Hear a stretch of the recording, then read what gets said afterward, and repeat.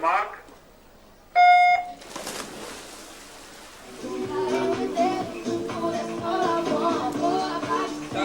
Intanto ricordo ancora una volta che le premiazioni della farfalla verranno effettuate al termine dei 100 dorso assoluti maschi. Durante i 400 stie libero effettueremo le premiazioni dei 50 farfalla e a seguire anche le premiazioni dei 100 dorso.